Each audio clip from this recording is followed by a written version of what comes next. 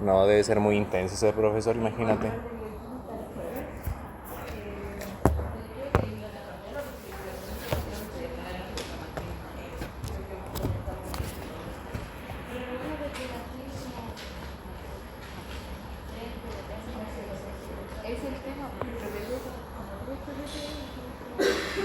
Oye, ¿el control es del seminario o de las clases? De la clase. ¿De la clase? Ah, ya. Ya, ya. Bueno, pero el profe Rodrigo dice que igual tiene como relación con el paper, como los ejercicios, digo que él manda. Bueno, voy a hacer los ejercicios y que sea lo que Dios quiera. Sí, hay que estudiar.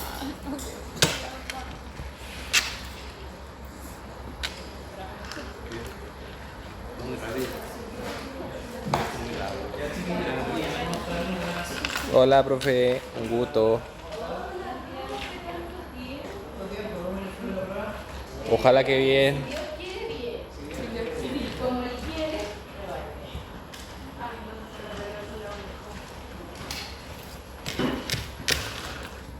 Hay cáscaras de huevos por todas partes.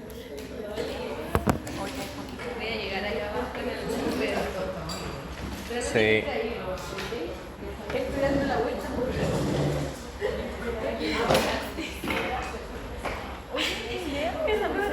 Hola. Hola. Ahí sí.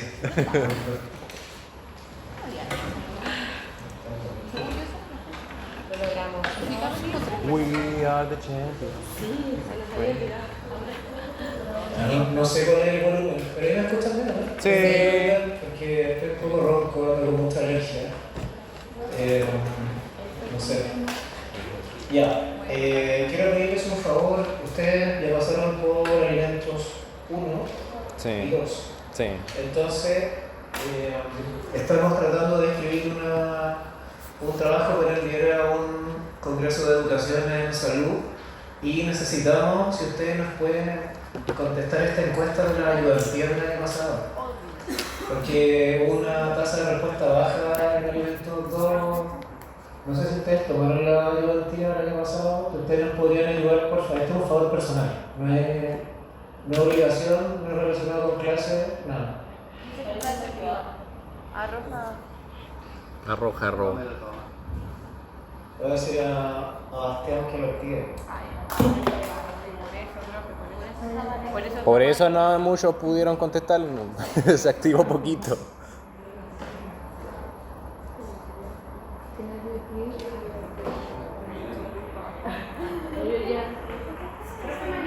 Gótenla.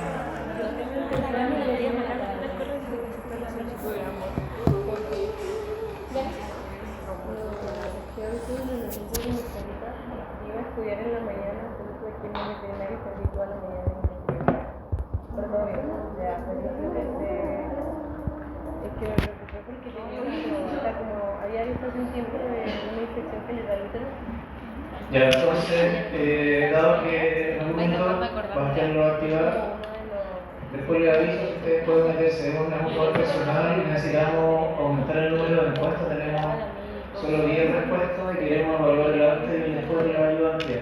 Para ver si tuvo algún efecto positivo en el rendimiento del curso o no. Que es una de las cosas que queríamos saber.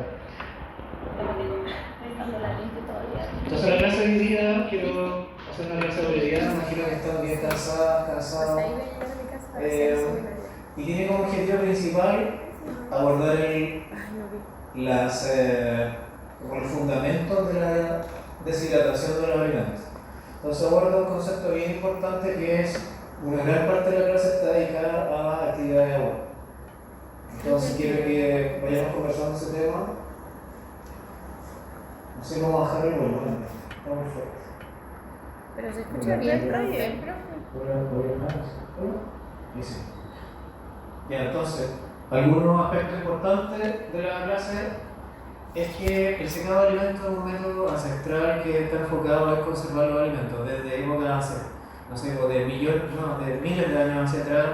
El ser humano empezó a utilizar la naturaleza como un método de deshidratación, al sol, metido en cuevas con aire frío, congelando los alimentos. En el fondo, más que un método de deshidratación, como en general, es Todos los métodos de conservación relacionados con agua lo que hacen es inmovilizar el agua o dejarla menos disponible para el crecimiento microbiano.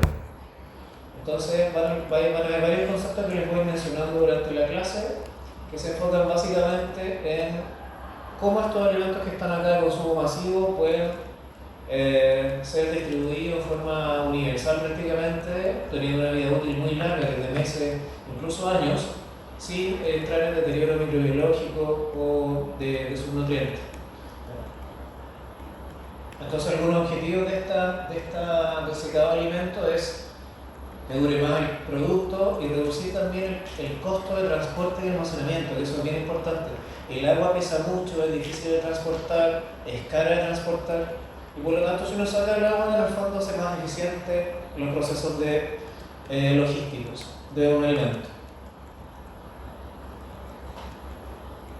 Entonces, el agua, como ya les mencioné en clases anteriores, tiene varios efectos en los alimentos. Uno es que la presencia del agua es requisito para el deterioro de un alimento. Entonces, si yo saco el agua, gran parte de las reacciones bioquímicas de un alimento se detienen o se enlentecen. Por lo tanto, si yo saco el agua, en el fondo reduzco la posibilidad de alteración microbiológica y alteración bioquímica. Sin embargo, esto no es gratuito y eso es algo que quiero que ustedes se metan a la cabeza como nutricionista. Y es que todos los procesos de eliminación de agua van a terminar teniendo un efecto nutricional. No hay ninguno que sea totalmente inocuo. O sea, son inocuos en el sentido de que no nos vamos a enfermar. Sin embargo, todos causan algún tipo de modificación de los nutrientes, pero algunos más leves que otros. Entonces, podrían haber riesgos de alteración nutricional, cambio de los aspectos sensoriales, y lo más común es esto que está acá, pérdida de aromas, texturas o colores, que es lo más habitual por las altas temperaturas sobre todo. Entonces, el primer concepto que quiero que se metan en la cabeza y que se ocupa mucho, sobre todo en microbiología, es el concepto de actividad de agua. Para poder entender el concepto de actividad de agua, yo les pongo esta imagen que es muy ejemplificadora y es fácil de entender. Entonces, ustedes quiero que distingan dos tipos de agua principalmente en su cabeza. Un agua que está libre y un agua ligada. En términos de entender este concepto, quiero que se imaginen que tienen una esponja para lavar los platos, la sumergen parcialmente en este vaso, sumergen la punta y van a empezar a ver que va a haber agua que está en el vaso que se va a trasladar a la esponja.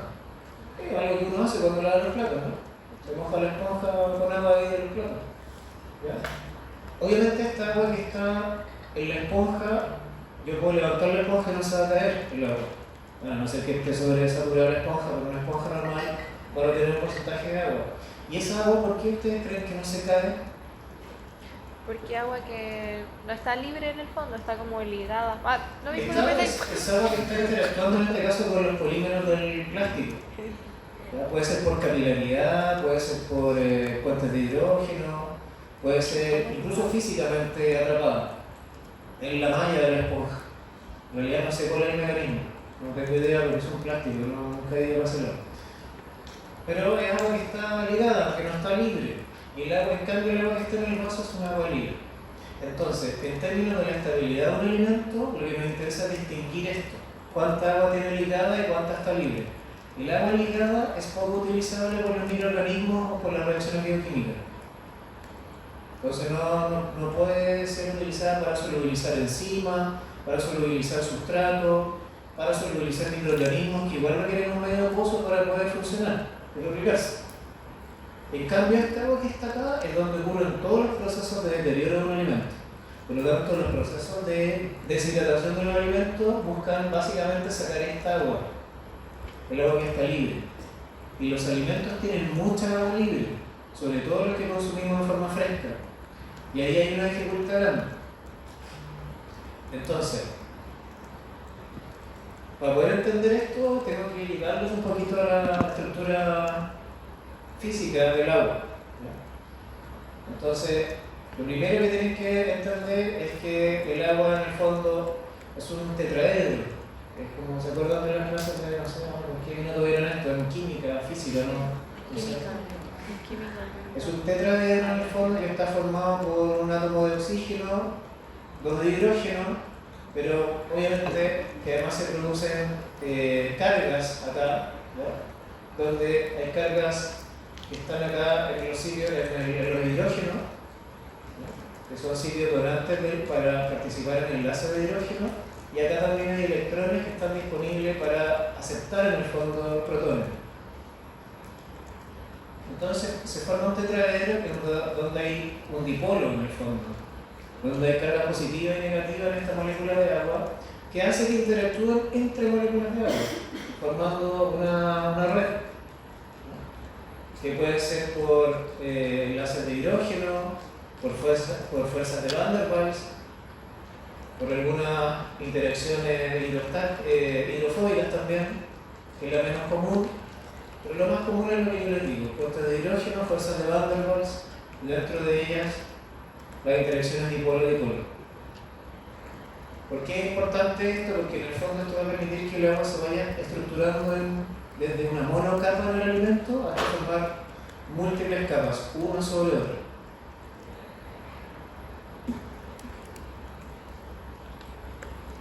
Entonces de ahí viene el primer concepto que les quiero mencionar hoy día, que es un concepto bien técnico, que es la actividad de agua, ¿ya? La actividad de agua es la disponibilidad de agua en un alimento en relación a la presión de vapor de agua pura. El concepto de presión de vapor es un concepto, no sé si es físico o químico, creo que es físico y químico a la vez, que habla de la presión que ejerce el vapor en un recipiente cerrado. Entonces el agua ejerce una presión sobre, si esta sala fuera un recipiente cerrado, el vapor de agua que hay en esta sala presiona las paredes de la sala, y eso se mide en una presión. Cuando el agua está pura, la presión de vapor de agua no tiene ninguna limitante, no hay nada que la detenga. Las moléculas de agua se desplazan libremente por la sala. Por lo tanto, siempre va a ser mucho mayor que la presión de vapor en el alimento. Porque el alimento está lleno de sustratos, hay proteínas, carbohidratos, líquidos, cenizas o minerales, vitaminas, fibra. Por lo tanto, es una matriz compleja que hace que el agua no se mueva libremente en este espacio que es el alimento. Por lo tanto, su presión de vapor va a ser menor. Entonces, el concepto de actividad de agua, que se abrevia como AW, que en inglés se llama Water Activity, es una relación entre la presión de vapor de agua en el alimento en relación a la presión de agua pura. Entonces, en la naturaleza, por lo menos en los alimentos, esto siempre va a ser menor a 1. Porque siempre el denominador va a ser la presión de agua pura, que siempre va a ser mayor a la del alimento. Incluso en el agua de bebida, porque hay sales también, que hacen que caiga su presión de agua. Entonces, esto es muy teórico lo que está acá. Si el agua en el alimento se encuentra libre, estas dos son iguales. La presión de vapor en el alimento va a ser igual a la presión de vapor del agua pura. Cosa que es muy teórica y nunca va a ocurrir. Esto no existe en la práctica. Pero sí van a encontrar esto, que el agua puede estar ligada a distintos sustratos, por lo tanto, la presión de agua pura siempre va a ser mayor a la presión de agua en el alimento, y por lo tanto este valor siempre va a estar comprendido entre 0 y 1. La actividad de agua no tiene unidad, es adimensional y va entre 0 y 1. Mientras más cercano a 1, quiere decir que hay más agua libre en el alimento. Mientras más cercano a 0, quiere decir que hay menos agua libre. Entonces, ¿de qué nos sirve esto? Es como un estimador para saber cuál es la susceptibilidad microbiológica que podría tener un alimento. Por ejemplo, una leche de Tetra Pak tiene una actividad de agua de 0,99 más o menos. Quiere decir que hay mucha agua libre en ese alimento. Si yo la comparo con una leche en polvo, una leche en polvo debe tener una actividad de agua de 0,6 más o menos, que es poco. Con alimentos con actividad de agua de 0,6 prácticamente no crece nada. Solamente crecen algunas levaduras, algunos hongos, pero escasamente. Entonces, lo que se trata en el fondo es de usar la actividad de agua como un parámetro al cual yo tengo que llegar para asegurar algunas características que quiero en el alimento. Si quiero que dure más tiempo, si quiero que se rancien menos las materias grasas, Entonces yo puedo ir seleccionando la actividad de agua como una meta a la cual quiero llegar. Y las operaciones de secado lo que buscan es llegar a una actividad de agua específica, para de tal manera asegurar sobre todo la estabilidad microbiológica. Entonces, en los procesos de secado, como yo les pongo acá, y ustedes pueden ver en esta imagen, los alimentos estructuran sus capas de agua de distinta manera. O sea, uno podría distinguir el agua libre, que usualmente está más afuera de los alimentos, un agua débilmente ligada y un agua que está fuertemente ligada. Mientras más al interior del alimento, puede tener agua más fuertemente ligada. Por ejemplo, y esto va a cambiar según el tipo de alimento que estemos hablando. En las frutas predomina el agua libre y débilmente ligada, que se une principalmente por capilaridad. La capilaridad es la unión de las moléculas de agua, pero sin mayor interacción química. Es una interacción muy débil, por lo tanto es fácil de sacar con temperatura. Pero en los cereales el agua se absorbe a la superficie del alimento por unión electrostática. Son mucho más difíciles de romper y por lo tanto para sacar el agua de un cereal usualmente tengo que aplicar más energía que para sacar el agua de una fruta. Entonces, como dice acá, primero se sacan estas capas más externas, el agua menos ligada y finalmente para sacar el agua que está fuertemente ligada necesito más energía. Entonces les voy a mostrar un gráfico más adelante donde van a entender que uno no necesariamente tiene que sacar toda el agua del alimento porque es muy caro y además puedo deteriorar los nutrientes del alimento, sino que yo saco el agua necesaria para que tenga una mayor vida útil en base al uso que le voy a dar al alimento. Entonces, una manera de entender la relación entre el contenido de agua del alimento y su actividad de agua, el contenido de agua es todo el agua, incluye la libre y la ligada. Y AW es solamente la que está ligada, la relación que yo les mostré antes. Entonces, esto se ve a través de las curvas de absorción, que puede ser de desorción cuando sale el agua y de resorción cuando se rehidrata. Entonces uno podría distinguir distintos intervalos de actividad de agua en un alimento que van a ocurrir distintas cosas. Alimentos con intervalos de actividad de agua de 0 a 0,2, que es muy baja. Prácticamente no existen alimentos con esta actividad de agua. Son muy contados con un dedo de una mano diría yo, porque es muy caro llegar a esto y es poco común. Entonces el producto tiene muy poca agua y actúan fuerzas de Van der Waals muy intensas. Por lo tanto es agua muy difícil de sacar. Representa la primera capa de moléculas de agua y el agua está en un estado muy rígido que prácticamente no es, en la práctica no es viable sacar.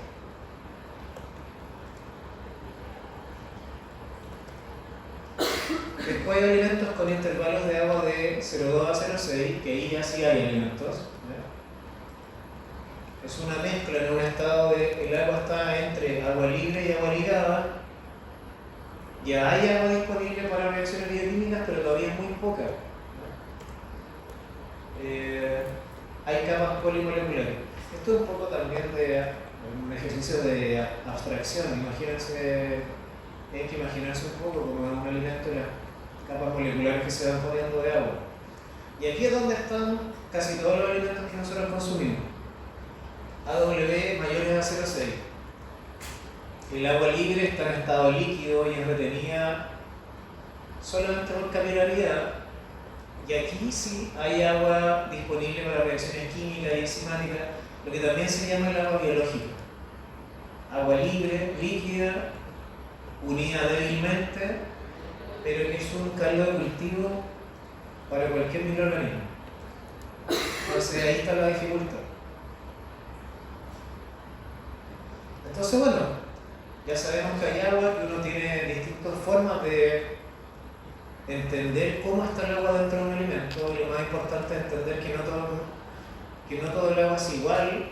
Cuando les hablan de humedad en un alimento, ¿podrían diferenciar ahora de cantidad de agua? Oh, ¿Qué es humedad para ustedes? no podemos saber. No tenemos sensación de humedad nosotros, solo de calor y frío. ¿Podría ser como el contenido de agua? Humedad es un sinónimo de De agua, porcentaje ¿no? de agua total. Sí. Entonces, las tablas de composición de alimentos se expresa como humedad, o moisture, o nadie pone total water, no se ocupa.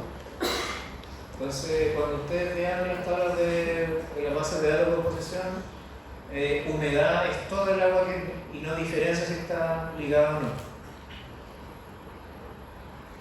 Entonces, ¿cómo se puede sacar el agua? Hay varias formas. ¿Ya? Lo primero, lo más usual son estos dos que están acá, vía mecánica y vía térmica. La mecánica es que a través de distintas operaciones unitarias se van sacando las fracciones de agua del alimento. Centrifugación, filtración, ultrafiltración, escurrido, prensado. O sea, creo que ustedes han hecho varias de estas. Más de alguna vez centrifugado, incluso la ropa de la casa la centrifuga, que es una forma de deshidratar. Tiene un bajo costo energético. El problema es que se elimina todo lo que es soluble en agua. Entonces, cuando hay deshidratación vía mecánica, ¿qué puede salir con el agua? Vitaminas. Eso mismo está pensando. La vitamina C. Minerales, La vitamina C. vitamina C, ¿qué más? Ah. Proteínas pueden salir carbohidratos, pueden salir antinutrientes también, que puede ser bueno. La segunda es la vía térmica, que es muy utilizada, usualmente se complementan ambas porque ir directo con la vía térmica es muy caro. Entonces primero se preconcentra, se preseca con tratamientos mecánicos y luego voy con la aplicación de calor para bajar el costo del proceso y la duración. Entonces hay una operación de transferencia de masa, que la masa aquí es agua, pero para esto requiere aportar energía. Y hay dos tipos acá: eliminación del agua por ebullición. Ebulle el solvente, cambia de su estado líquido a gaseoso. El solvente es agua en este caso. Y el calor se aporta por conducción. Conducción es cuando pongo la mano sobre la pizarra y yo hago que mi calor difunda a través del plástico, ¿no? Convección es cuando con aire caliente circula el calor y se lleva la capa superficial de agua que tiene un alimento. ¿Como la air fryer? Como el air fryer, sí, el air fryer es un horno de convección. ¿Y los deshidratadores también? ¿Cuál? ¿Los deshidratadores son También, convección? porque dependen, los domésticos son solo convección, porque tienen un motor abajo y buen aire caliente. Los que son como eléctricos, esos dice usted doméstico. ¿Sí? Allá. Como el que está en la escuela, que tienen unos, son bien roscas, son como de plástico. Exacto. Oiga. No, yo también tengo uno en la casa. Rasca. Pero por 30 lucas, no son baratos. Ujú. Son de plástico y Sí. uno pone su rodajita de fruta ahí y tira el aire desde abajo. Exacto. Eso es convección. Pero en los más industriales también combina convección con conducción cuando se calienta la bandeja. Entonces puede haber un doble mecanismo donde la bandeja calienta directo la fruta, porque hay bandejas que se pueden calentar en equipos un poco mejores. Yo le pongo temperatura a la bandeja, entonces calienta, contacta directo la fruta y además se lleva el aire con circulación, la humedad a través de aire caliente. Y el otro es de radiación, que es cuando a través de una fuente de energía se emite una radiación lumínica infrarroja usualmente sobre el alimento. Esas típicas ampolletas que ponen en los restaurantes, unas ampolletas rojas para que se enfríen los platos, o las estufas que son como unas barritas de roja que ocupan en invierno, que son poco eficientes. Eso es irradiación. Entonces hay varios métodos de secado emergentes que combinan estos métodos para que sean mucho más eficientes y logren temperaturas menores en el alimento. Todo esto se basa en el fondo en estresar lo menos posible al sistema alimentario, para que no se degraden los nutrientes, vitaminas, minerales, colorantes, etc.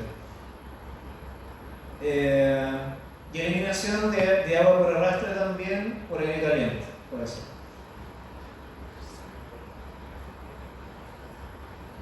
Entonces, en un proceso básico de secado, al encontrar este ciclo que se repite en los alimentos, donde se transfiere calor, que puede ser por conducción, convección o radiación, que ya le había mencionado, ¿sí? ¿Profe, la sal? La sal. No está acá, hay otro mecanismo que no se relaciona con transferencia de calor. La sal también disminuye la actividad de agua, pero con una cosa osmótica, que lo tengo más avanzado. Debe estar con el azúcar. Lo vamos a mencionar, están en el mismo, sí, azúcar y sal están en el mismo mecanismo. Lo voy a mencionar un poquito más adelante. Transferencia de calor, llega a la superficie del alimento, se intercambia este calor entre la interfaz que está acá, entre el sólido que es el alimento y el gas que es el aire que está rodeándolo, entra al interior del alimento, después sale en el fondo materia o masa desde el sólido hasta la superficie del alimento, y aquí tiene que haber una transferencia hacia la interfaz, que puede ser por aire caliente, por ejemplo, que esté circulando y que se lleve esto. Y hay transferencia de masa. Entonces, lo que les quiero decir es que tiene que haber dos cosas básicas aquí en este mecanismo, y es que exista calor y transferencia de masa. Si esto no existe, difícilmente voy a lograr esto de forma eficiente. Y es que yo lo hiciera a temperatura ambiente, igual va a ocurrir esto, pero muy lento. O sea, no es compatible con el procesamiento de un elemento. Entonces, en las curvas de secado uno podría caracterizar en el fondo cómo se comporta un alimento cuando lo somete a un método específico de secado. Usualmente se grafica la relación de agua por gramo de muestra. Normalmente tiene este comportamiento, que es una curva decreciente, donde hay una primera etapa de precalentamiento, donde el producto no está frío. Cuando ustedes tienen un horno que está caliente, el mismo horno de la casa, si ustedes quieren, también sirve para secar. O sea, si ustedes lo ponen a temperatura de 80, 60 grados, si es que pueden, y lo dejan con un poco la puerta abierta, también van a hacer esto. Primero el horno está caliente, pero el solvente está frío. Por lo tanto, hay una etapa de precalentamiento donde hay una transferencia de calor que es muy alta, porque hay una gradiente entre la temperatura del alimento y del ambiente que es muy grande, por lo tanto la transferencia es muy rápida. Luego alcanza una velocidad constante donde se reduce importantemente el contenido de agua. Luego hay una fase de velocidad decreciente 1. La evaporación ya no está en la superficie, sino que está más adentro del producto. Estoy sacando ya capas más internas de agua. Y la velocidad decreciente 2, solo queda agua ligada que se elimina muy lentamente. Por lo tanto, los procesos de secado habituales no buscan llegar acá. Porque llegar acá y extender esto es gastar energía innecesariamente. Entonces, normalmente se llega hasta acá. Entonces de hecho ahora estamos trabajando en varios métodos de secado con algunos tesistas, y hemos caracterizado, por ejemplo, secado en estufa de convección, en horno de convección, secado por ventana de refractancia, secado por horno de convección más infrarrojo, secado en estufa al vacío, etc. Y estas curvas cambian dependiendo de cada método de secado que uno utiliza. Entonces es importante caracterizarlo bien, porque dependiendo de esto, es que si además ustedes ahora le midieran, por ejemplo, el contenido antioxidante a la materia prima, en cada uno de estos puntos podrían además tomar mejores decisiones. Usted podría decir, por ejemplo, si lo seco a 80 grados, en realidad se me deterioran todos mis polifenoles. Y si yo estoy haciendo un alimento para, por ejemplo, bienestar general y quiero que llegue con un contenido antioxidante muy alto, no me sirve, porque claro, voy a tener un producto seco, pero con una actividad biológica muy baja. Entonces lo que uno trata con este tipo de curvas, y la aplicación por ustedes nutricional, es que es complementar esto con la evaluación de nutrientes o no nutrientes que sean de interés para usted. Porque esta curva sola sí le sirve al ingeniero de alimentos, no le sirve a usted. Entonces, lo importante es que esto debe complementarse con algún análisis que lo vincule con salud. Y el procesamiento influye de una manera mucho mayor a lo que ustedes piensan en las propiedades de un alimento. Impacta muchísimo. Y eso muchas veces se deja de lado. El procesamiento usualmente es bueno, es necesario, pero tiene efectos también, por lo tanto uno tiene que aprender a modular un poco con las condiciones, de tal manera de no degradar el alimento que uno está procesando. Entonces, después que uno hace todas estas curvas de secado, uno llega como a esta imagen modelo, que es de la actividad de agua versus la velocidad de degradación relativa.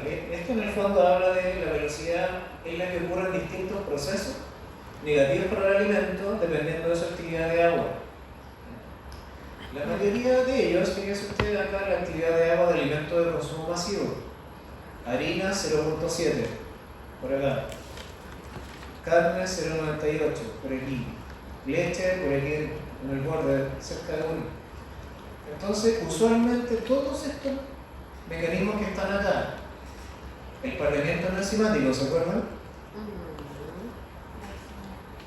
Actividad enzimática. Puede ser del mismo alimento o de microorganismos. El crecimiento de hongos, levaduras y bacterias, todos se comportan en general parecido a estos 4, 5, en que a mayor actividad de agua aumenta el deterioro.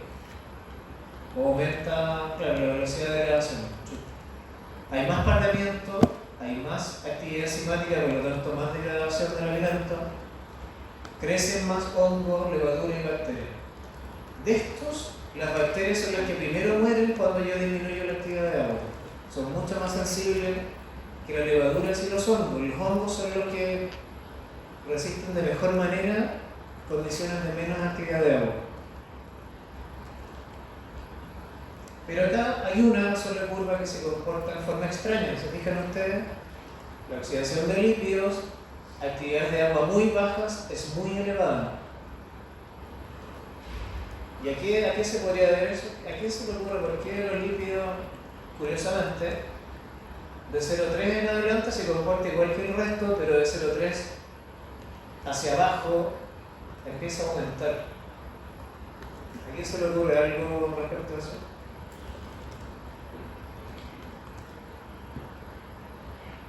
¿Alguna idea loca? Bruno, ¿ustedes empezaron con una idea loca que a veces tienen razón? Empiezan a comportarse de forma errática porque ya están muy juntos, entonces los enlaces empiezan a romperse y a ser radicales, entonces se empieza a oxidar más rápido. No oxidarse, sino a deteriorarse más rápido. Sí, por ahí va la explicación. Bien. Ah, bueno. ¿Sí? ¿Alguien más tiene alguna idea? No, lo que pasa acá es que hay varias teorías y una que se produciría una especie como de... Primero, cuando el alimento tiene muy poca agua, se volvería más permeable el oxígeno. Y por lo tanto entra más oxígeno al alimento y favorece la oxidación de los pocos lípidos que quedan. Y la segunda teoría es que quedarían como lagunas, burbujas, donde habrían lípidos rodeados de agua. Y ese ambiente favorecería también la oxidación lipídica.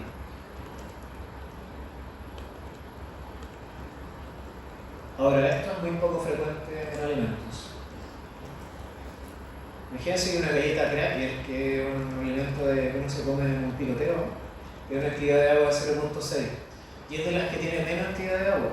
Entonces, es cosa que lo piensen ustedes cuando a uno se le olvida de repente una galleta cracker en la despensa de la casa. Incluso a veces nos queda abierto el envase y duran eternamente esas galletas. Sí, Pero se ponen como blandas. Sí, se ponen blandas porque van a. Humedad. Porque están hechas con harina, o sea, van reaccionando con la humedad ambiental, pero duran muchísimo tiempo.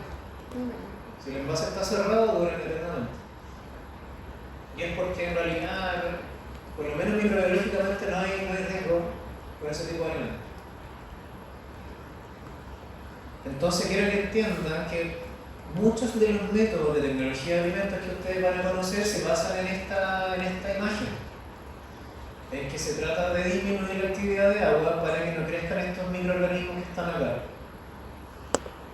Hay veces que no se puede, obviamente. Un alimento líquido no tengo cómo disminuir la actividad de agua. Una leche no lo puedo hacer, no tengo nada que hacer, porque deja de ser leche. Ya claro, puedo tener leche en polvo, pero si el mercado me pide leche líquida, ahí hay que usar otro tipo de tecnología. Para inactivar los microorganismos sin sacar el agua. Que no sé, imagino que no sé si la vieron ya con Paula García.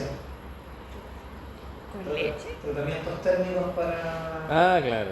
uso de tratamientos térmicos. Pero lo vimos en la clase de alimentos.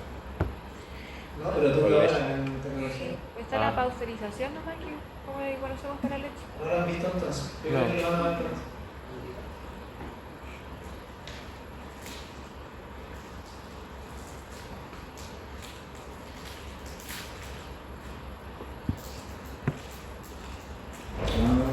El QR está malo, güey, Sebastián. Yo le iba a mandar por el grupo de la generación. Sí, ya lo envió. Ahí Ah, está el ya. link. Si pueden ahí mientras aprovechar el tema. Entonces aquí hay un efecto, o una tabla que representa el efecto de cambio en la actividad de agua y distintas características de los alimentos. Miren, aquí tienen algunas que tienen actividad de agua muy baja. El huevo en polvo, 0,4, no hay proliferación microbiana de ningún tipo. Los fideos tienen actividad de agua muy baja, 0,5. No hay proliferación de ningún tipo. Pero ya estamos hablando de actividad de agua de 0,65, fruto seco, algunas golosinas también. Y empiezan a crecer levaduras y algunos hongos. Saccharomyces, Monascus, etc. Pero estos son casos menos frecuentes. Lo más común es movernos en estos rangos de edad. Entre 1 y 0,91.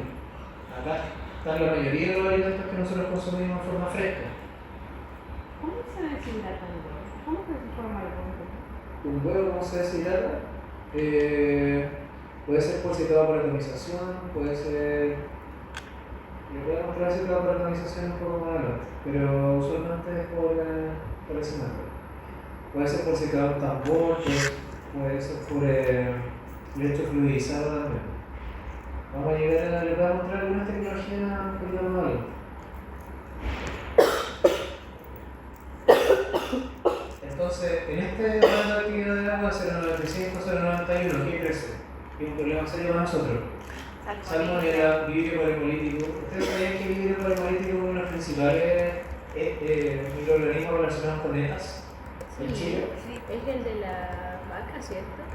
El vibrio, ¿no? ¿El de qué? El vibrio, que se llama la vaca para eso. ¿De la vaca? Es que me acuerdo que había El uno vibrio está de... relacionado con ¿Que le daban a los perros? con productos del mar. Ah, no. Ah, Lo que pasa es que el vibrio es una bacteria que tiene ¿Colita? se mueve el vibrio. Ah, Necesita agua, así. Entonces, los vibrios en general viven en el agua. de los peces. ¿Verdad? Bueno. Clostridium botulinum, que aunque es poco frecuente afortunadamente, pero Cagó. que cuando hay procesos mortales. GG. ¿Y dónde? Alimentos súper comunes. Gracias. Queso, carnes curadas, jugos de fruta, concentrados, alimentos Gracias, que amigo. contienen hasta un 55% de azúcar, etc. Entonces, esto le pone una dificultad a la conservación de alimentos, ¿no?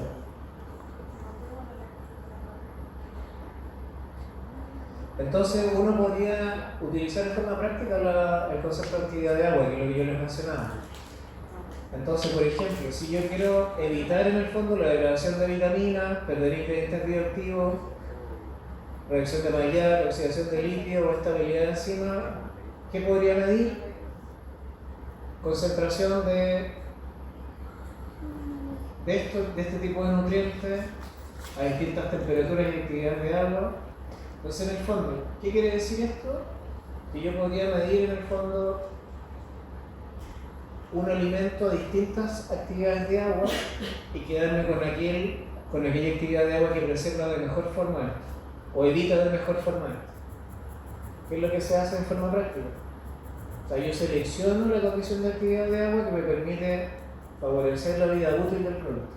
Entonces puede ser a través de distintos parámetros. Puedo medir contenido de vitaminas, puedo medir oxidación lipídica, puedo medir carga microbiana también durante el almacenamiento. Entonces hago estudios de vida útil durante un mes, 2 meses, 3 meses.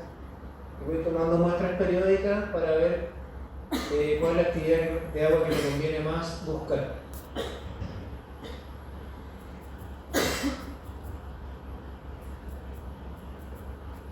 Entonces ya más o menos comprendieron a qué corresponde esto, ¿no? Veamos algunos sistemas de deshidratación comunes en el ámbito de la tecnología alimentaria. Entonces ustedes van a ver acá los sistemas de deshidratación más comunes, los productos y el tipo de secado que se utiliza. Por ejemplo, manzanas y hortalizas se secan en hornos, usualmente en hornos de convección. Café, extractos, frutas, puede ser congelación y vacío.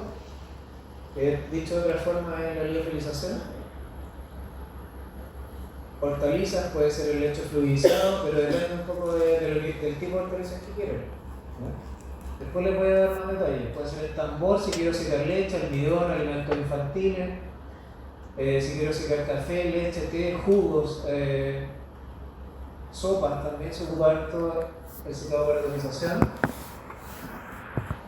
Secado rotatorio en granos, manzanas, almidones, cereales de desayuno, cinta, hortalizas, en bandeja de túnel, etc. Lo que yo creo que para mí es importante que ustedes aprendan a identificar, según la naturaleza del producto, cuál es el tipo de secado más probable.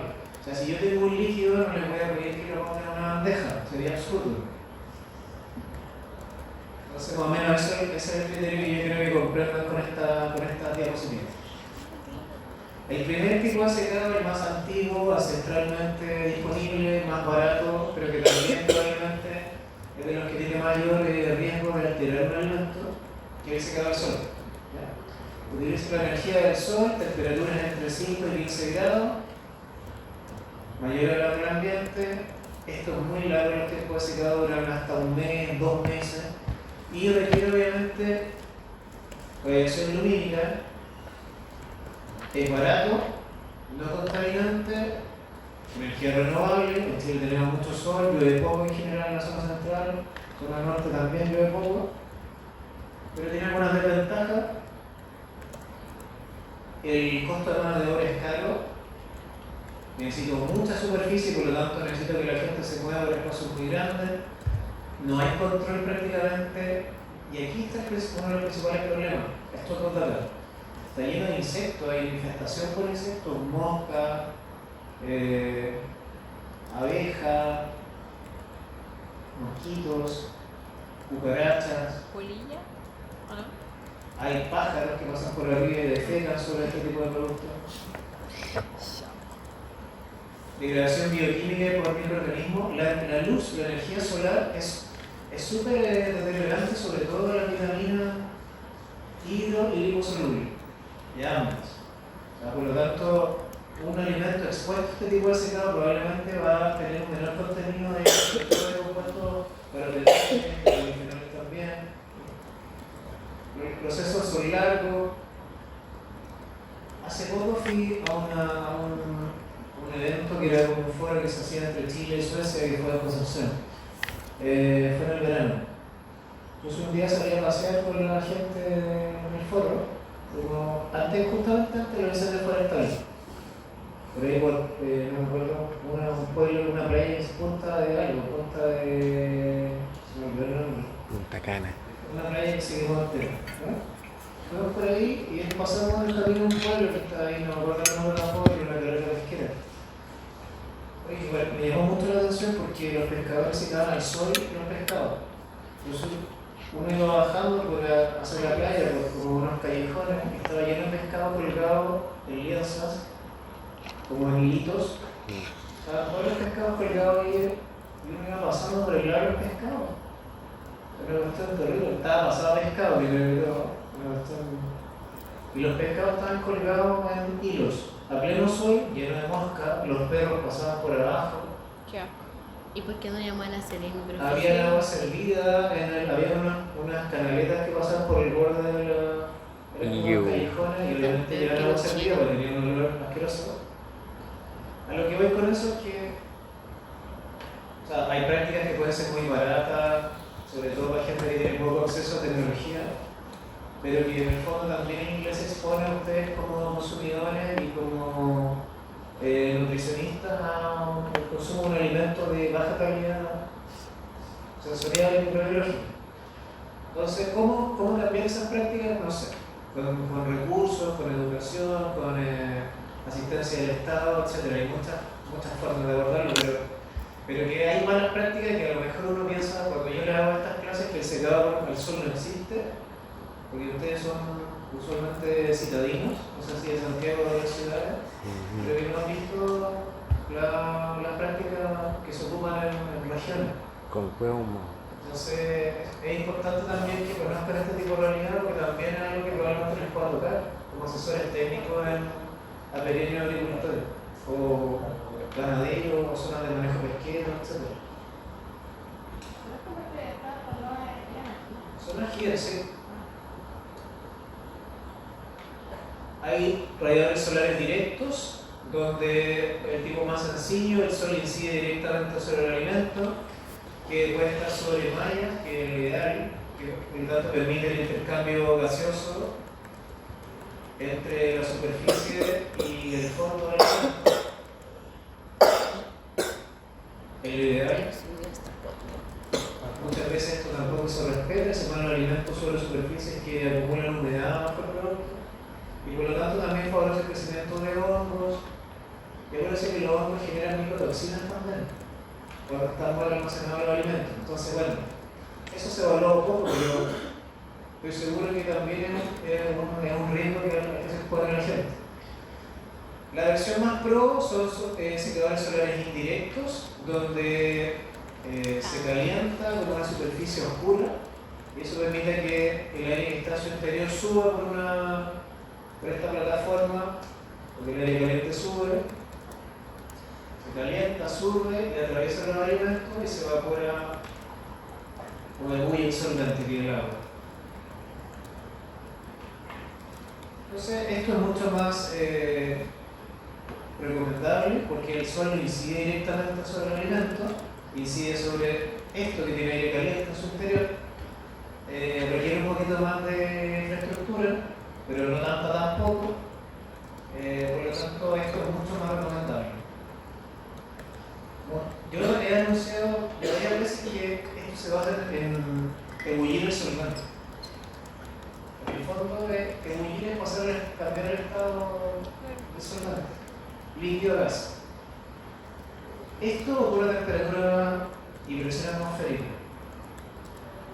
Pero hay varios métodos de secado que yo les voy a comentar un poco más adelante algunos de ellos, que lo que ocupan es básicamente cambiar algunos de estos parámetros de forma artificial. Entonces yo podría, en vez de hacer el secado a temperatura, a presión atmosférica, hacerlo con presión de vacío. O sea, le saco el aire al interior y cambio la presión atmosférica, la hago negativa. Y cuando hago negativo eso, el punto de ebullición del solvente disminuye. Entonces el agua, en vez de evaporarse, no sé, como comenzar esto como a 80 grados, a cambiar de líquido a gas, puedo empezar a 40 grados a que ebulle el solvente. Entonces hay varios métodos que ocupan ese aspecto del equilibrio de fases de los gases, en el fondo. Cuando disminuye la presión, a temperatura constante, cambia el punto de ebullición del solvente. Hay secados por gases calientes también, estos son probablemente los más utilizados a nivel industrial.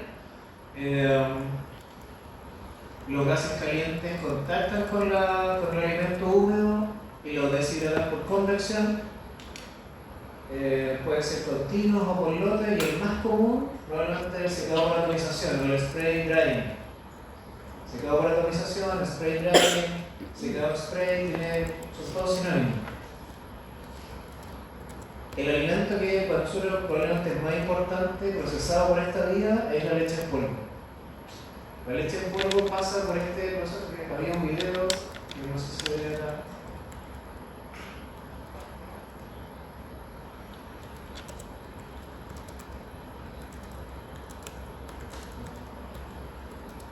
Ah, es que aire caliente pasa y con un rociador van rociando la leche y ahí se seca. Sí, como lo dice el nombre, esto consiste básicamente, sirve solamente para líquidos, este método, el spray drying. Entonces requiere que haya un líquido que puede ser la leche que está en este contenedor, con una bomba se mete a través de una boquilla de atomización que es muy fina, es como una aguja, con una abertura, de hecho es una aguja, por donde sale a presión el fluido, la leche en este caso, se forman miles de microgotas que entran a esta cámara de secado, que es como este cono. Este cono le entra aire caliente por abajo, como a 200 grados, 320, 200 grados. Por lo tanto, cuando contacta el aire caliente con estas microgotas, se evapora el agua y queda un polvo, que son los sólidos que tienen los lácteos, o la leche. Acuérdense que la leche tiene sólido lácteo. ¿Cuáles son los sólidos lácteos? ¿Qué sólidos tiene la leche? Proteína, grasa. Proteína, grasa, minerales, Azúcar. vitaminas, carbohidratos, lactosa. Todo eso. Todo eso que no es agua sigue su camino acá y se separa en un aparato que se llama ciclón, que es esto que está acá. Ciclón es un aparato que gira igual que un ciclón, como un tornado. Y lo que hace es que separa el aire del polvo. Entonces el aire lo tira hacia afuera y el polvo lo pone en un recipiente.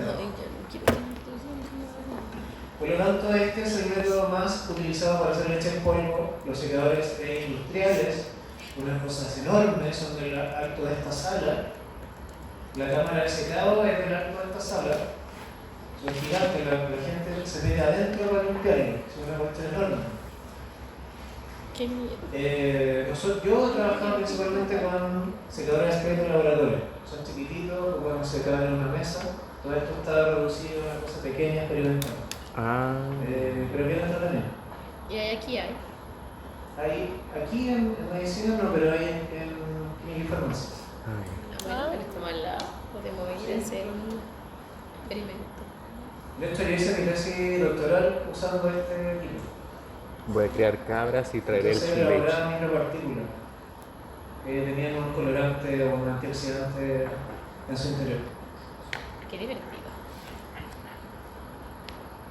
Entonces, el secado por aire caliente, porque gases calientes van a tener algunos directos, que pueden ser horno o bandeja, algunos indirectos, como bandeja del vacío, tornillos sin fin, rodillos, y algunos continuos también, que sobre todo procesos más industrializados que van a permitir secar en forma permanente. ¿Ya? Túneles, cinta, rotatorio, fluidización, arrastre neumático, atomización. Entonces hay un montón de alternativas.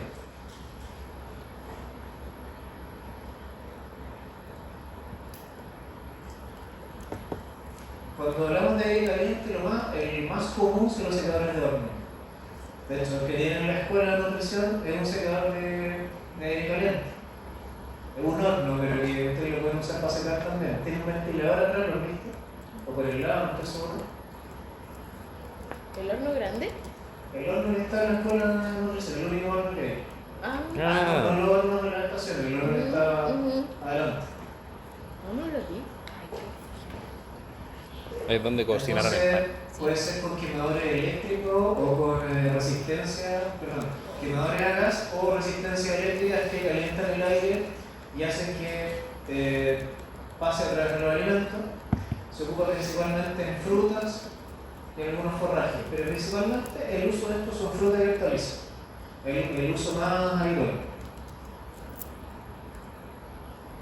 También hay secadores de bandeja, que es lo que yo les mencionaba, donde hay una cámara metálica en su interior, tiene bandejas móviles. El aire circula a velocidades de 1 a 10 metros por segundo. Y principalmente en productos como zanahoria, espinaca, perejil, champiñón, cebolla, fruta. Carne también se puede hacer, pero no es lo más común. Se ocupa mucho en productos hortofrutícolas.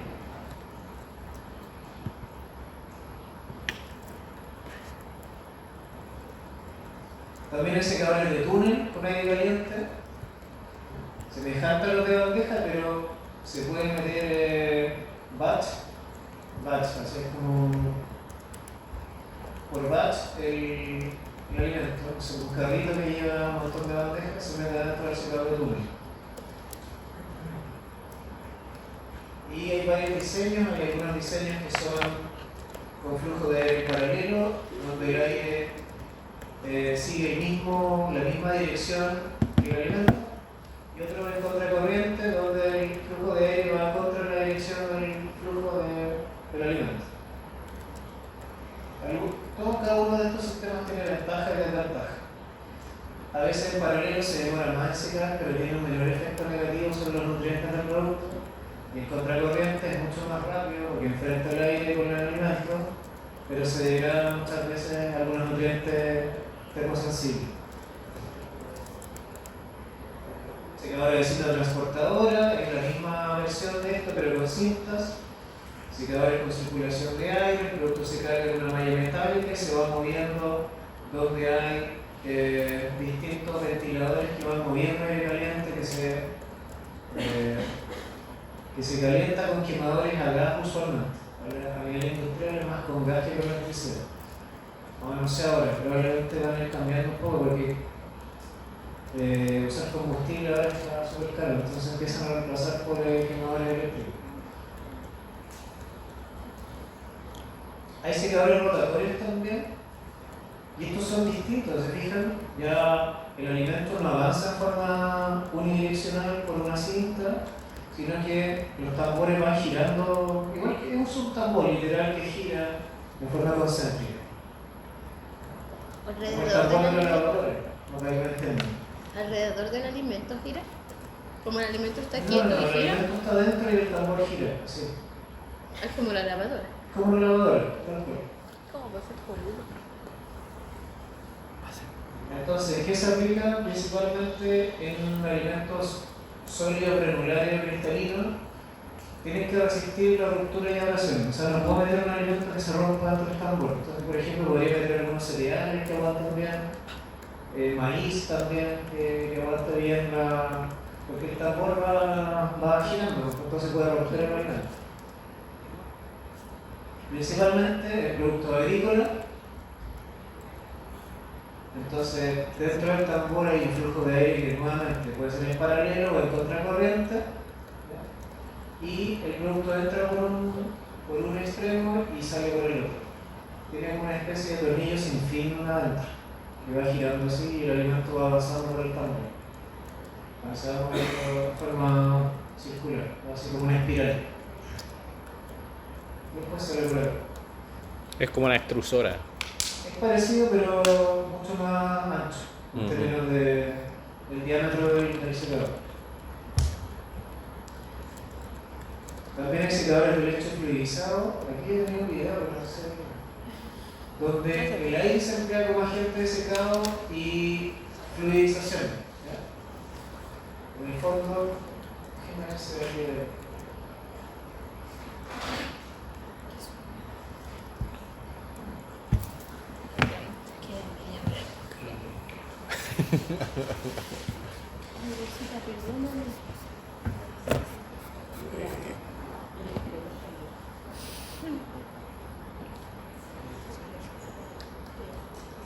Yo me imagino que pasa por un túnel de lava.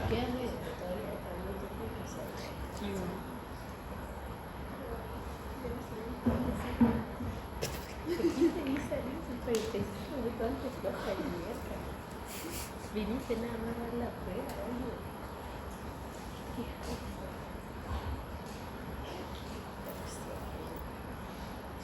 ¿Qué se llama la universidad de Lucas? Serena, no tienes nada al cine. No, Me dieron los 5 minutos al PPT.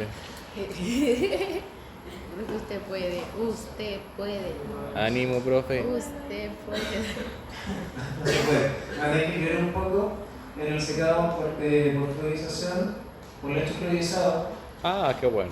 Ay, ay, sí. Ocurre esto principalmente donde hay un líquido que se pasa por esta cinta y el aire entra literalmente por abajo. Es como que ustedes han visto esos experimentos donde vamos a quincana, donde la gente va soplando con una bombilla o una pelota de ping-pong y que queda suspendida en el aire. Imagínense eso por miles. Hay una membrana que tira aire caliente por abajo y el alimento queda suspendido sobre esa columna de aire caliente. Entonces forman como micropartículas de un líquido, de una sopa, de una leche, que quedan flotando hasta que se seca y luego se para la corriente de aire y se saca el polvo. Pero se llama lecho fluidizado porque queda como una cosa flotando con el alimento secándose mientras hay flujo de aire caliente. Me gusta. Esto, mira, sí, se ve como el inicio del video ahí, ¿no? En fin. Pero aquí sirve el lecho fluidizado principalmente porque hay mucho contacto entre la superficie del alimento y el aire caliente a alta velocidad, por lo tanto es muy eficiente. Dice que el aire entra por abajo del alimento. Para aplicaciones de tamaño de partícula pequeño, de 10 micrones a 20 milímetros. Principales aplicaciones: café, leche, suero, cacao, hojas de té, o para la granulación de algunos productos también. Entonces se ocupa el líquido principalmente. ¿Aquí también podría ser la leche o...? Podría ser leche también, sí, pero no es más usado. Ah, ya.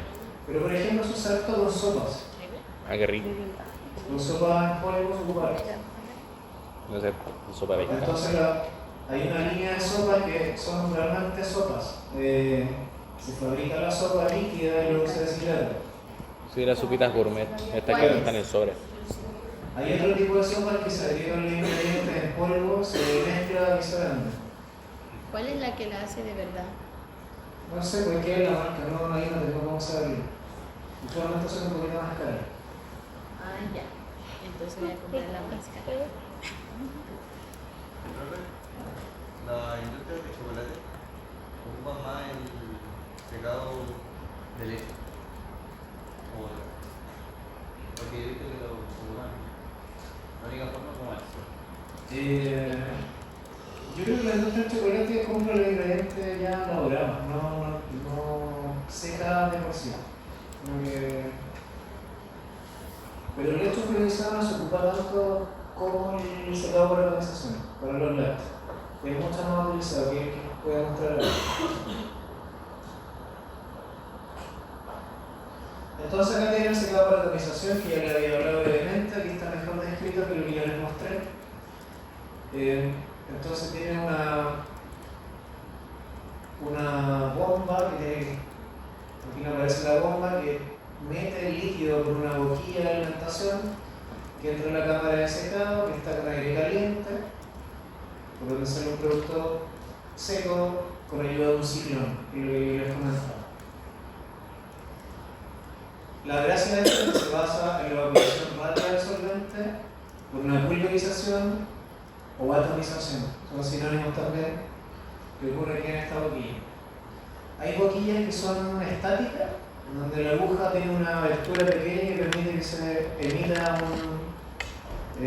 como un spray de gotas, y hay otras que son rotatorias, que además de tener hoyitos pequeños van rotando, que son las más industriales, las más grandes, y eso permite que sea más eficiente el secado. Permite que tire más spray en menor tiempo.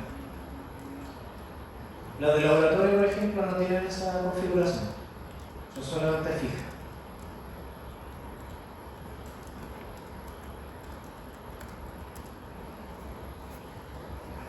Aquí también había un video para hacer. Es raro porque quizás porque estaba en mi computador, yo lo veía. Claro. Algo hice mal. Capaz por la forma de compartir que está activada. ¿Qué cosa? Capaz por la forma de compartir pantalla que está activada. Ah, puede ser. Como el tipo de forma de compartir. Ahora otra lo hacemos en Canva.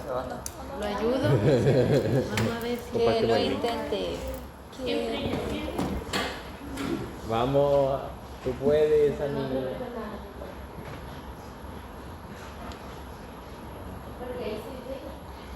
Que tengo lógica. La Anastasia, pero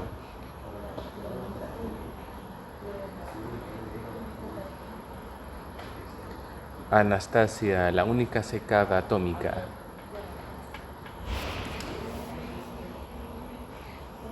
¿Tú qué tipo de secado utilizas? Yo Para el secarte. secador de pelo y la toalla. Perfecto. Yo la toalla. Porque no tengo secador de pelo. No sé ni. No, mi Yo mamá uso me lo el de mi robó. mamá. No, yo uso el de mi mamá, no tengo propio. Ah. Mi mamá tiene su secador muy lejos. Me levanto a las 5. Imagínate tú levantar a tu madre a las 5 de la mañana. Ay. No, me mata. Bueno, mi mamá igual se despierta. Cuando se despierta, yo le digo, adiós, madre mía. Adiós, hijo. Dice.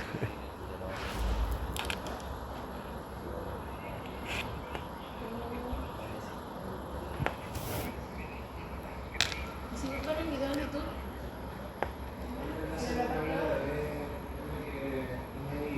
¿Qué velocidad es esa?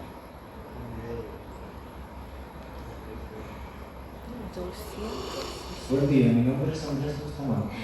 Soy académico del Departamento de Nutrición. ¡A la mujer! De la Facultad de Medicina de la Universidad de Chile. En esta sesión veremos algunos conceptos relacionados con la conservación de agua. ¿Qué pasó? ¿Tenía un guión? Ay, qué tierno. Maleta. Yo creo que él hizo una clase, después la fue puliendo durante el tiempo y Sí. ahí está. Se va cambiando las cosas y cuando empiezan a aburrir las clases las cambian. Está bien. Claro, hacerlo tantas veces. Voy agregando datos experimentales míos también. Después le va a agregar postdata, hola Andrés del futuro. O sea, no Hola sé. Anastasia. Te comento que la clase está en curso. No sé si tienes más tiempo para... Me. A mí la pista me gusta. Termino medio.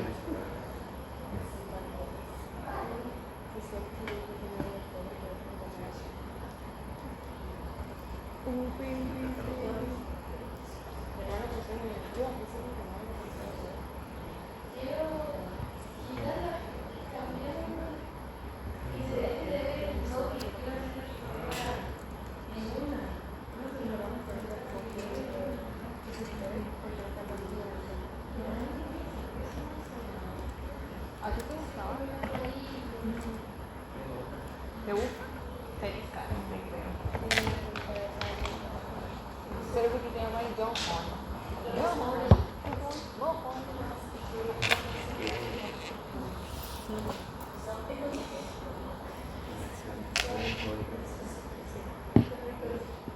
Oh baby, baby,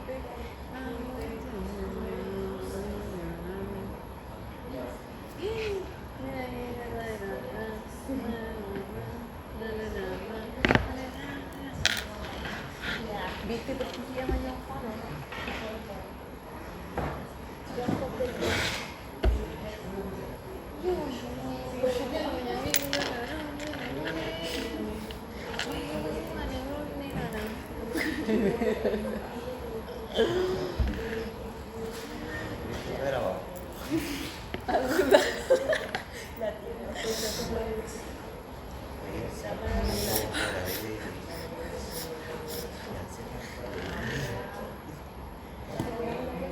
Sí, ya quedan 14 minutos.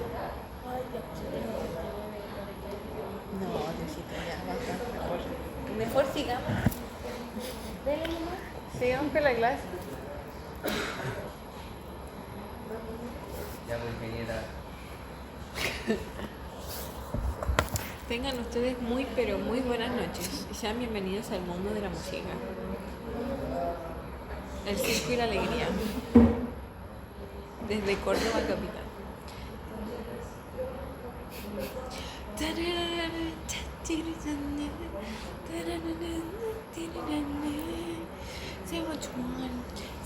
Oye, ¿cómo se llamaba tu amigo el que se saludó este día? Vicente. No, había olvidado su nombre. A mí me gusta. Chao. Sí, cuando la primera vez que lo vi yo me fleché y dije, ¿qué dice quién está bueno? Se ve bien con el uniforme. No lo hagas. ¿Has visto los uniformes? Sí, se ve guapo de negro. Sí, pues andaba con el uniforme. Yo lo vi de negro. No, Ya, entonces, gracias a la profesora. el azul oscuro. ¿Se logró? Ya, Ah. vamos a cerrar los últimos días para que se vayan muy pronto, porque los veo ahí que están con una carrera de odio que termina por pronto. Amor, profe, amor. Se quedaba por conducción, lo que ocurre acá nuevamente, ya les comentaba, el calor contacta directamente el alimento a través de la bandeja. Los secadores indirectos por lotes. También a esto se le puede agregar vacío, y ahí es cuando hago una mezcla de mecanismos. Entonces, cuando aplico vacío, en el fondo, lo que yo les decía es que voy a cambiar el punto de ebullición del agua y permite que aplique menores temperaturas dentro de este secador de bandeja.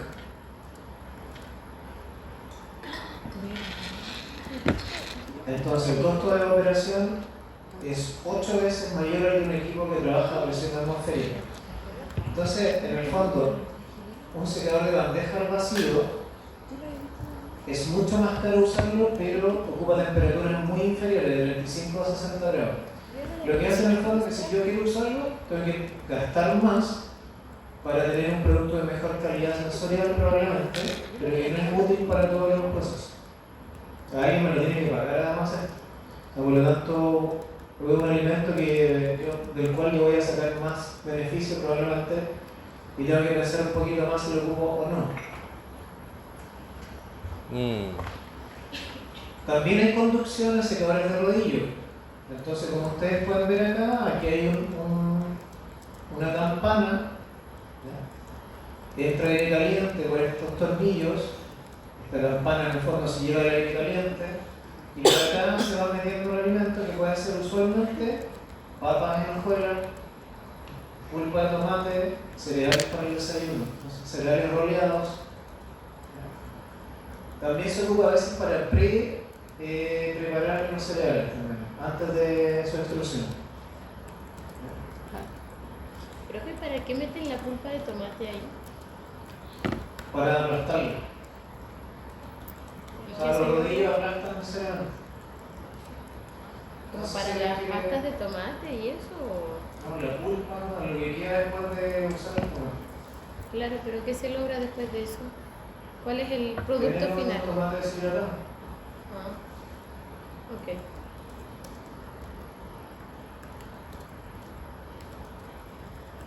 Entonces también es un método de secador de conducción. Y aquí están los últimos dos métodos de secador que les quería mencionar hoy día, o no son los últimos dos, pero que se escapan un poco de estos métodos por calor que yo les había mencionado, que son la deshidratación osmótica, donde básicamente los alimentos se sumergen en una solución hipertónica, que por lo tanto, por un tema de osmosis, el agua intracelular sale al medio exterior, para tratar de igualar las presiones osmóticas al interior del alimento con el medio que lo rodea. ¿Cómo se puede lograr esto? Con agua, sal o agua, sal, una solución súper concentrada de sal, o también se puede hacer con azúcar, con cualquier otro. Entonces, en términos prácticos, una salmuera o un almíbar. Podrían hacer cualquiera de los dos para lograr esto. Esto se demora un tiempo, eso sí, ¿ya? Y tiene ventaja que es barato, ¿ya? Pero le requiere usualmente un proceso posterior de conservación del alimento. O sea, no basta solamente con este método para conservar el alimento. Entonces, a lo mejor hago esto mismo, pero tengo que someterlo a una conserva.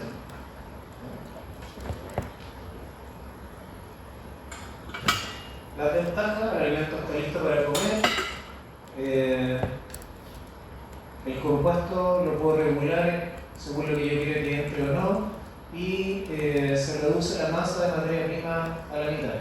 Entonces también se puede utilizar como un pretratamiento, de manera de sacar un poco de agua al alimento y después de eso lo seco. Entonces la deshidratación osmótica, las sustancias que se ocupan principalmente tienen algunas características que deben cumplir: sabor y olor aceptables, no tóxicas e inertes frente a otros componentes del alimento.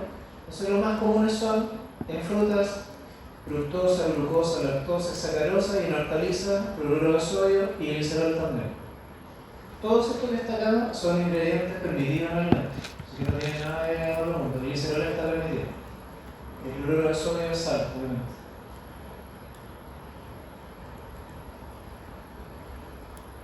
¿Y eso no se puede hacer en carnes? ¿En O sea, carne? actualmente ya no se hace en carne. ¿En qué? En carnes. Sí, se puede hacer Esto, carne. Con sal. ¿Y es permitido? Sí. Porque, por ejemplo, en Islandia lo hacen con tiburón. Podría Hacen ser. exactamente lo mismo, pero con tiburón. Y lo dejan después al sol. Exactamente. Está permitido. Solo que va a quedar la carne con un contenido de sal, de cloruro de sodio mucho mayor que lo que tendría una carne normal. Las carnes no tienen, acuérdense que las carnes no tienen sodio prácticamente. Alimentos grosos. ¿De acuerdo?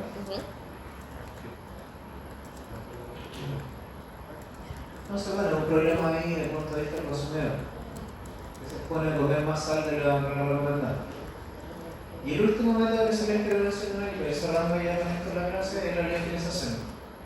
Entonces, la liofilización básicamente consiste en sublimar el agua que tiene el producto. Pero para eso tiene que haber un paso previo, que es que hay que congelar el alimento. La congelación no es parte de la liofilización. Es un paso previo, pero no es parte del proceso en sí. Entonces lo que ocupa esto básicamente es que busca sublimar, es decir, pasar directamente de sólido a gaseoso. Me salto el estado líquido del agua. Entonces, de forma natural, ¿dónde ocurre la liofilización? Perú. En los glaciares. En los glaciares. Primero necesita menor presión atmosférica. Entonces ocurre en las cordilleras. Proceso de a sueño. altitudes, no sé, sobre 4.000, 5.000 metros. Hay menor presión atmosférica, hay frío y por lo tanto el agua pasa directamente de su estado sólido a gaseoso. Entonces, de hecho, hay algunos estudios por ahí que hablan de como una liofilización casera o natural de papas andinas. Sí, Creo que usted lo vimos en Ah, alimentos. sí. ¿Ustedes lo mostraron en el evento, no? No sé si En el- en No, el grupo, ¿no? usted No, mostró. mi grupo habló de la yuca. Bueno, pero un grupo sí. ¿Usted mostró Y eso? también usted nos dijo que sí, efectivamente esto pasa ahí con Perú. Pero es esto de, claro, o sea, los incas usaban esto en forma empírica, no tenían evidencia de liofilización. ¿Qué ventajas tiene? Usualmente mantiene la estructura original del alimento. La gracia de esto es que cuando el agua sale, deja poros en el alimento. Cada vez que yo saco el agua por cualquier método, quedan poros. Pero los poros que quedan con este método son mucho más similares a los que tendría un alimento de forma natural.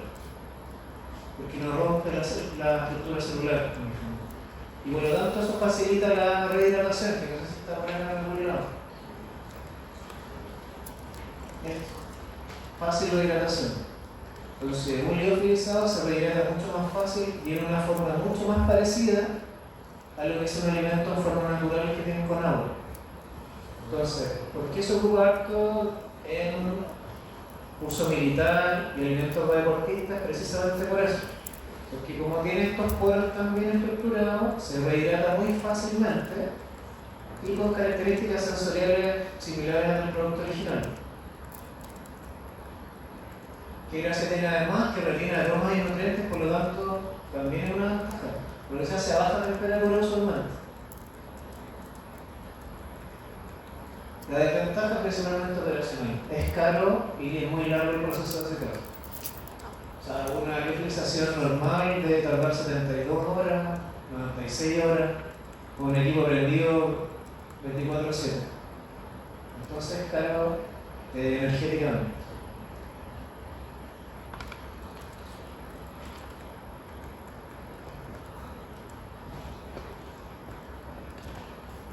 ¿Dónde yo lo usaría este tipo de tecnología? Producto inestable, muy sensible al calor, que requiere una rápida y completa rehidratación. Está muy de moda esto con algunos snacks para niños, sobre todo con frutillas, manzanas. ¿Se da cuenta que han utilizado en el grupo? Sí, ese mismo. Ahí venden unos de manzana. La textura que tienen esos alimentos es muy distinta, usualmente más crocante, pero cuando le ponen algún aditivo, o sea, a veces le agregan algún ingrediente para que quede más crocante después de seco, porque si no queda medio relativo, como medio blando. Cuando no se recomienda almacenaje, refrigeración o congelación. Entonces, esto es bien importante, sobre todo pensando en mercados bien específicos, deportistas, militares que requieren, no sé, como moverse por lugares muy X, donde no tienen como refrigerar o pasan tiempo caminando por zonas donde no tienen cómo conservar el alimento. Entonces este tipo de productos se almacena muy bien a temperatura ambiente y al vacío. Entonces es muy útil. Es caro, eso sí. En el laboratorio nosotros tenemos un liofilizador de laboratorio acá en nutrición. Es un equipo que no es caro, pero que tiene un rendimiento muy bajito. Los liofilizadores industriales, además de aplicar vacío a esto, uno puede calentar la bandeja. Entonces cuando uno calienta la bandeja donde pone el alimento, le pone un poco más de energía y hace más eficiente esto. Igual sigue estando a baja temperatura, o sea, uno la calienta un poco más que la temperatura ambiental. Porque la sublimación igual requiere energía y la energía la saca del ambiente. Pero le puedo meter un poquito más de calor para que esto se haga más eficiente. Entonces aquí hay un ejemplo de un liofilizador, como la estructura que tiene por dentro, una puerta, la bandeja, un compresor, una bomba de vacío que saca el aire del interior. Entonces, esto es un sistema hermético que está sellado, funciona al vacío. Y por eso es que es tan caro, porque la bomba tiene que estar prendida siempre. Entonces, hay algunas frutillas que están liofilizadas. Que una leche en polvo que está secada por la organización. Dos métodos muy distintos, pero que van enfocados a lo mismo. Aumentar la preservación del alimento. No lo usaría con pescado. Eso quería comentarles hoy día, hasta la última diapo. Les agradezco que hayan venido un día complejo, después de una prueba a las 6 de la tarde, así que no sé cuándo nos vemos. ¿Tenemos clases con ustedes? Ojalá que En sí. bioquímica también. Creo que en bioquímica nos vemos. Bioquímica la próxima semana. Sí. Ujú. Después me voy a ir a Suecia, después de estar una idea. Pero. Mande fotito. No, dijo, voy a Sáquese fotito. Si no van a ver por un medio. ¿A qué se va a ir? Voy a un laboratorio, es una pasantía. Sí. Tan estudioso que pro. Vaya a ver las disparadoras de peces. Se ve que hay unas ametralladoras de peces que clasifican por tamaño y van subiendo los peces dependiendo de si están. Sí. ¿Pero fue Suecia, dijo? Suecia, Sí. ¡Wow! No había Voy escuchado esa parte. a Lund, que es una ciudad que queda al sur de Suecia. Qué entretenido. Sí, voy a Rumania también. ¿A qué? Voy a Rumania primero. Voy a hacer clase en Rumania, con un intercambio de profe. Sí, Voy ¿cómo? a una ciudad que se llama Cluj-Napoca. ¿Va a hablar ¿Y inglés? habla rumaní? Amiga, Me estoy. te estáis desintegrando. Voy a Suecia también a un laboratorio, pero voy a aprender técnicas de laboratorio más que... Igual voy a hacer una clase, pero voy más a aprender cosas de laboratorio. Va a dar lecciones en Rumania para que vean. Que tenemos. Para que Da vean clase la en calidad Suecia. de la Universidad de Chile, la mejor universidad del país. Así que diles cuánto cuando vuelva, ¿qué referencia? Sí, traiga fotito. Apréndase estas caras y tráigale algo a estas caras que estoy viendo aquí. Que somos fieles a usted y a sus caras. ¿Ves? Es verdad. Ahí se va a traer un rumaní. Yo me conformo con un pedazo de queso. Igual. Este queso con de gusano. Un especializado de Suecia. Claro. De la variedad Arkuschanken. Ay, espera, que no guardé mi bandera. Un sombrero, una bandera. Algo tengo que ir a hacer. Una bandera.